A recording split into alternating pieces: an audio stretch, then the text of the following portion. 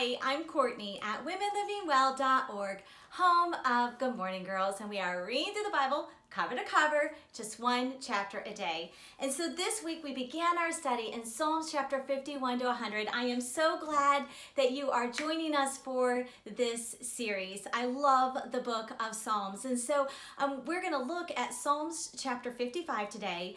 And in this psalm, David is feeling like he just wants to run away. Okay, he is in a situation where he is fearful and he just wants to escape it. And I'm wondering if you've been there before, where you're just thinking, gosh, what I have to go through in the next few days is going to be so hard. I wish I could just sprout some wings and fly away. That's exactly what he says in Psalm 55 verse 6. He says, "Oh, that I had wings like a dove, I would fly away." And so here in Psalm 55, we see that he identifies what is stressing him out, and he's having relational conflict.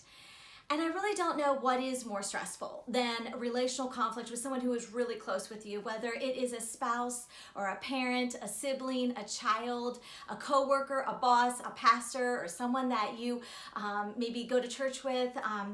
Whatever it is, when conflict happens, we have this temptation to just run, to be like, I'm leaving that church. I'm quitting my job. I'm not going to that family get together, right? We have this temptation to want to escape.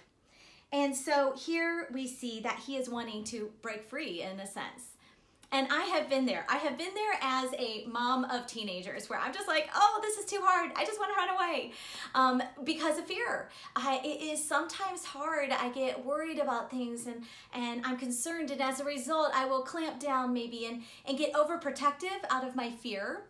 And then that causes conflict with my kids, right? And I just want to sometimes just run away and back down. And then I realize, no, I need to stay in it. But when I stay in it, it causes that fury, the tempers flare, and all of that. And eventually I do get to the point where I'm like, okay, I just need to have faith. I need to trust God with my kids. And we see that David is going to cycle through these things where he is facing fear, and then he wants to flee, and then he gets furious, and then he realizes he just needs to have faith in God. And so we see in Psalm 55, he identifies what his relational conflict is. It's betrayal. He says, "For it is not an enemy who taunts me, then I could bear it. But it is you, a man, my equal, my companion, my familiar friend. We used to take sweet counsel together within God's house." He has a really close friend who has betrayed him, and that is causing him to want to run away. And have you been there? Have you been betrayed? Because I have. And it is shocking and it is devastating when someone that you love and that you trust, you suddenly see this other side of them that you didn't know existed. And that is painful, and it makes you just want to run away. Or worse, in verse 15, David is praying, and he actually prays, he says, "Let death steal over them." He says, "Let them go down to Sheol." And so it's interesting because he's praying for them to die, and I'm like, wow, that doesn't sound very godly. I'm going to look up the commentaries on that. So I looked it up, and I found that it said that, in both Deuteronomy and in Romans 12, God says, "Vengeance is mine, saith the Lord, I will repay." And so David was actually doing the right thing. Rather than scheming, rather than planning to get revenge, instead he was handing them over to God, and he's like, "God, you take care of them." And because it was an extreme case where his betrayal, the person betraying him was actually seeking to kill him, he was thinking, "God, you kill them before they kill me, please." And so this prayer he was praying was how he felt that was like the only way that they could be stopped.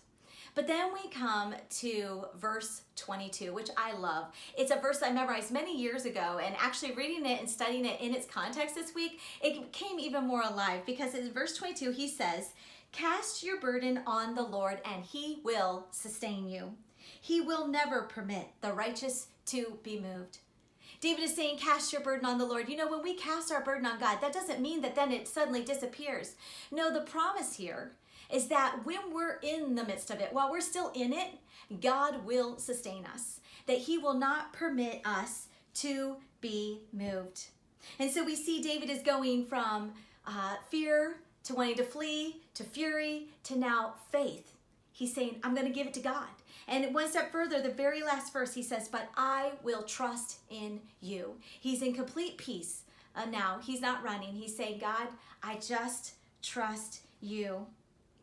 You know, I don't know what you might be dealing with today, what relational hurts, what pains, what betrayals you faced, what conflict you might be in. But I know this. I know that in the midst of whatever you're going through, when you place your faith in God and give your burdens to him, that he will sustain you in the midst of your trial. You know, I have gone through some just multiple betrayals in the last 5 years.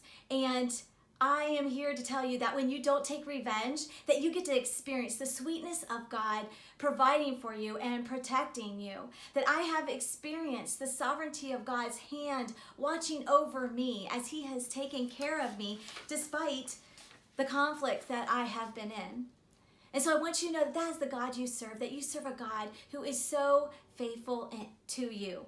And I want to encourage you to stay in God's word. Keep reading every psalm every day, because what you will find is as we read God's word, that's how he sustains us. That's how he helps us to not be moved, because somehow, even though our trials don't go away, our hearts become lighter.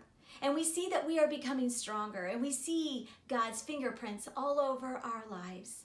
That is the God we serve. We don't need to live in fear. We don't need to flee. We don't need to be furious. We can have faith.